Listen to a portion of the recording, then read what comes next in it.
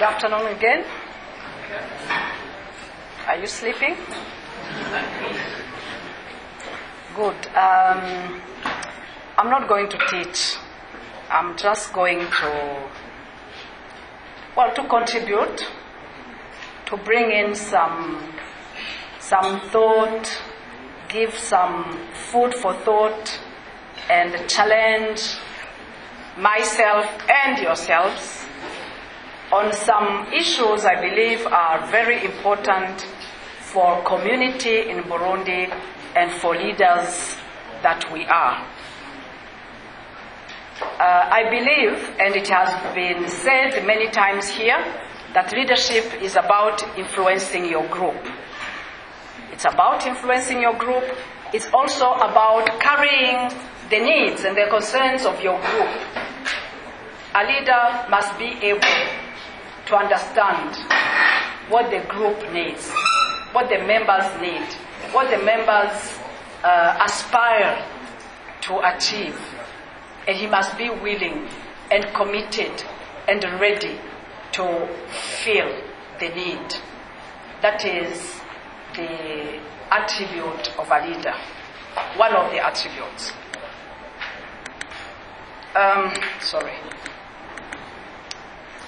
As I was saying at the beginning, my task in co-facilitating is not to teach, but it's to challenge us to put what we are learning here into the context of Burundi and to see how to adjust our perspectives and apply the newly acquired principles and values.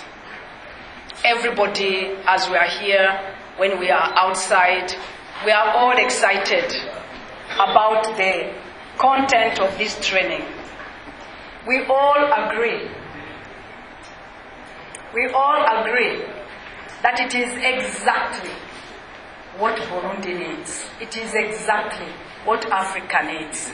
I discussed with many African people, and we all agree that the missing link in Africa, the thing that has missed in Africa, why we are where we are, why we do not achieve all what we can achieve, is lack of effective leadership. Effective leadership is our weakness. And we all agree. But how do we, sitting here, we believe God has chosen us to hear and to learn these things. But how do we put them in use to transform our communities? This is my challenge. This is your challenge. We are many here, and I want to believe and to hope that all of us, as we go out, will be able to use what we are learning, and will be able to get transformed and to transform our environment. As I contribute to this topic of community building, build a healthy community with common values and missions, I also want to be transformed. I want also to be a healthy community builder. I don't want to repeat it. I have already said it many times. Whenever I meet people like you, I like repeating that I'm a passionate of leadership. It is really my passion. And I believe that everybody, in his own capacity and in his own position, is a potential leader. If you are sitting here this afternoon, since yesterday, you are a leader. I know you are already leaders, but you have not finished. There is a lot to be accomplished. There is a lot to be done. The need is so big and so great that your leadership capacity has to grow and expand to touch more than what you are touching today. So My deepest desire is to see the emergence of a mass of men and women, including all of us here, passionate and determined to build a healthy and prosperous nation. I'm talking about the nation of Burundi. When we finish with Burundi, we shall go elsewhere. To build a healthy and prosperous nation, able to generate the milk and honey we are supposed to enjoy in this land God chose for us. It is not by chance. It is not by luck that we were born Burundians. God knows. And there is a plan, and there is a purpose, and there is a mission. And that mission, we have to make sure we fulfill it. This is the kind of transformation we are looking for tomorrow as we step out from this room. Today we will finish TLS1. It is not the end of the training, but it will be the end of the session. And leadership is not a Sunday code. It's not a ceremony dressing. It's an everyday dressing. In big things, in small things, in details, at home, in the office, on the market, on the road, it is an everyday business. So the moment we get out from here, whatever we have learned, we must be able to start practicing. That is the whole thing. That is the whole purpose of teaching this training. I want to bring out some specific issues that I believe concern specifically Burundi as far as community and as far as leadership is concerned. The first one would be refocusing on our celebrations. This morning Celeste spoke about celebrations, Imanza. Everybody is talking about Imanza. Even yesterday, I think Tim was thinking, should we reorganize and put the TLS during weekends so that we can have many people attending? I said, Burundi. It's unlikely that you get people over the weekends because of social commitments. But I want us to talk about this phenomenon, celebrations. Yes. Celebrations are good. It's a time to get together, to gather as a family, as friends, as a community, to be together and celebrate what we value most. My only concern is how do we strike balance? How do we strike balance? How do we make celebrations a building stone of the community? How do we make sure that celebrations are not exploiting us, losing our time, losing our energy? How do we make sure that celebrations are not contributing to make us poorer than, making us poorer? Wasting our money? I don't know. I don't want to give you solutions. But as leaders, called to transform our communities and to build up a healthy community, I want really us to think about celebrations in Burundi context. It's something we need to talk about, and it's something where we could be champions, bring a change. I cannot tell you how, in which way, but I know that if we sit together, we shall find. Now, talking about celebration, there is also another aspect of celebration which I don't see much. How much do we celebrate excellence?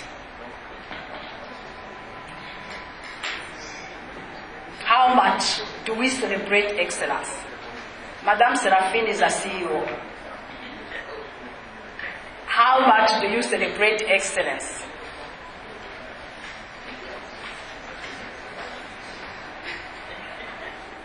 Doesn't exist in the It is unfortunate. When we used the past years when we were at secondary school, we had a school of excellence. Someone who is first in history will get something. Someone who is first in mathematics will get a prize. But everybody fought against that. But this is how I believe we have lost excellency in this country. So we try to make it mixed. Somebody who is excellent is even ashamed to stand up. It's how bad we have gone. And somebody who is very useless is the one to stand up. And so I think what she's saying is very, very serious. We are celebrating mediocrity? I think we are mediocrity in our country. And pushing down everybody who is excellent in anything is never congratulated. Never. And it is never put in front.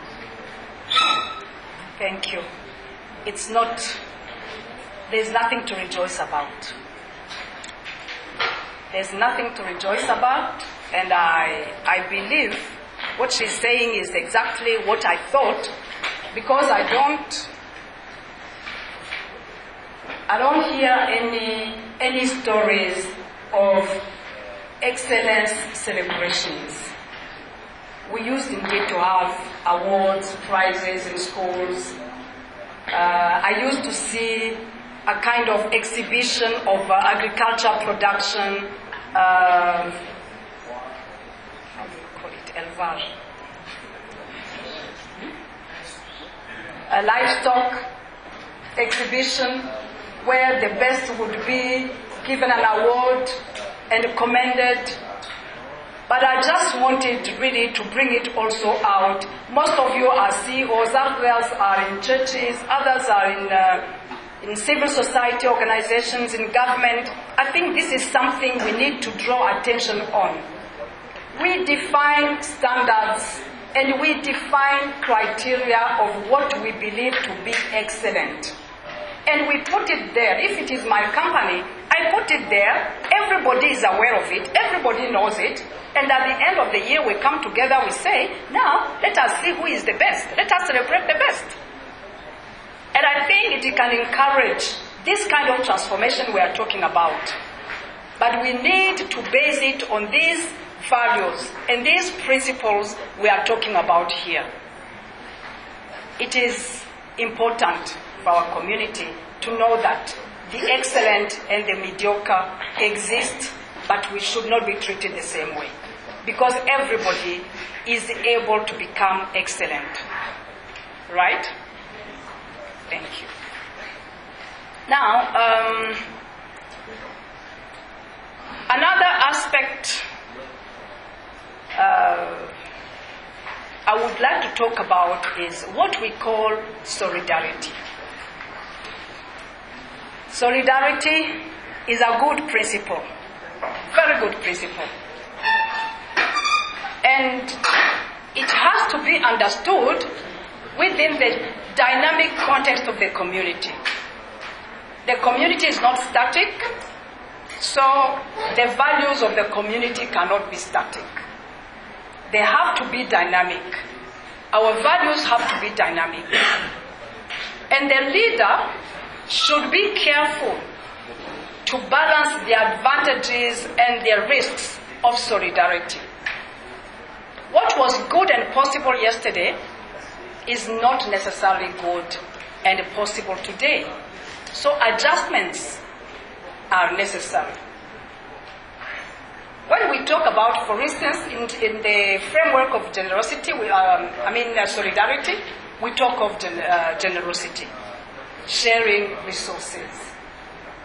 In our family, if I'm successful, I have to remember where I came from.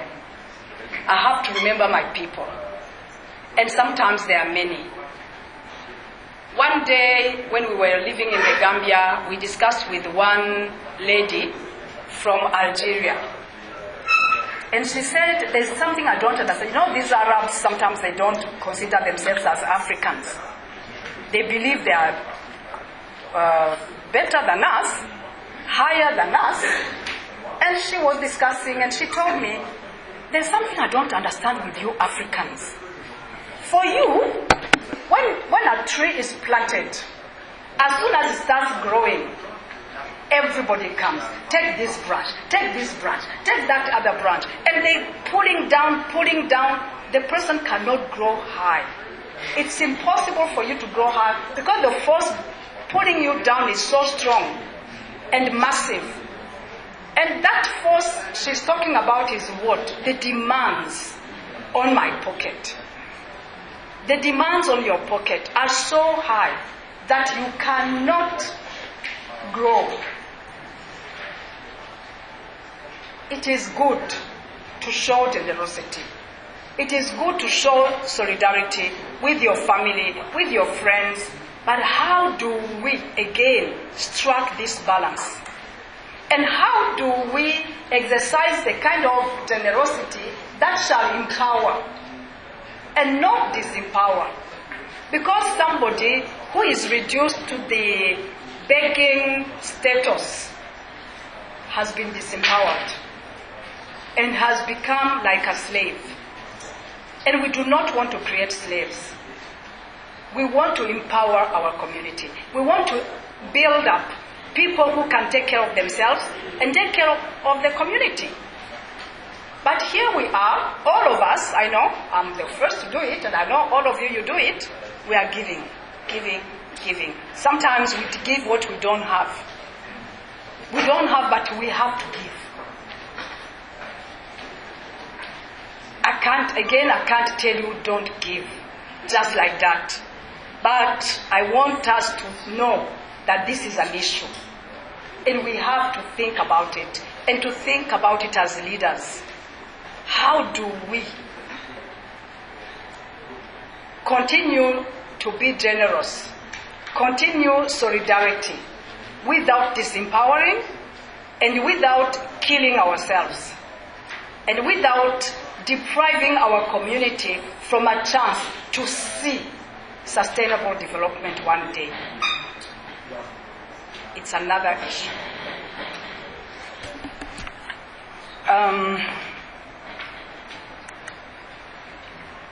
There is another observation I have made. I'm not just trying to talk about all the negative aspects of our society, but I believe if we want to transform, we need to know what needs to be transformed. And what needs to be transformed is what touches most. And we are talking about building up healthy communities. And communities are made by people. So we talk about people. We talk about our people. We will not create new people. The people we talk about are the people we have. There are these street boys. There are these women at home who cannot afford the minimum.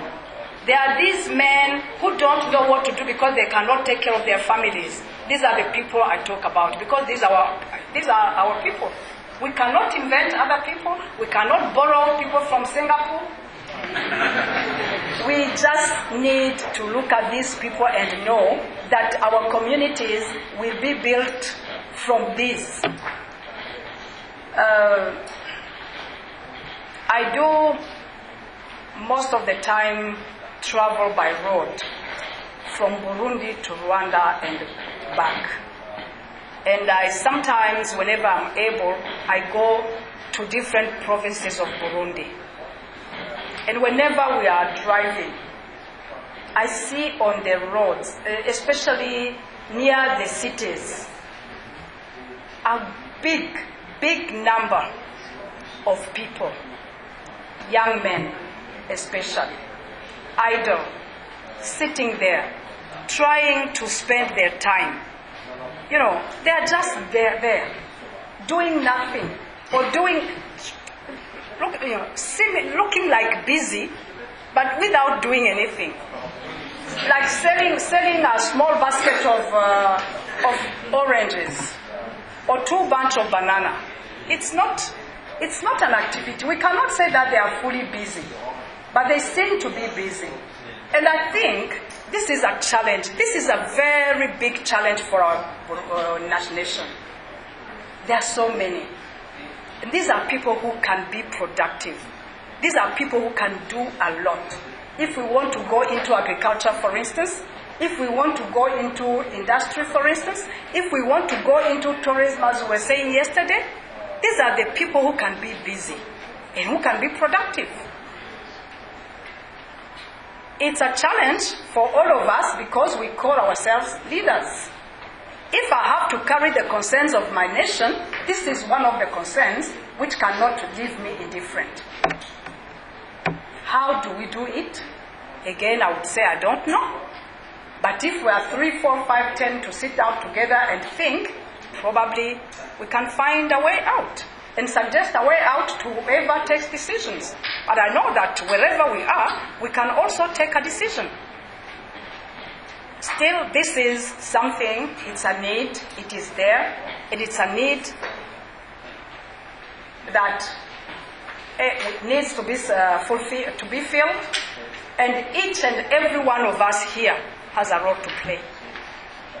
We have a role to play because among those people I'm talking about, some are our relatives, some are in our churches, some are around our working place. So again, this is another food for thought, right?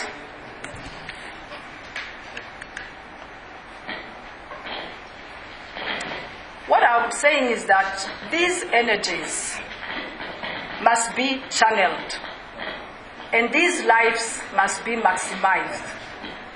We can say that this is the work, this is the role of the government. Yes, it is true.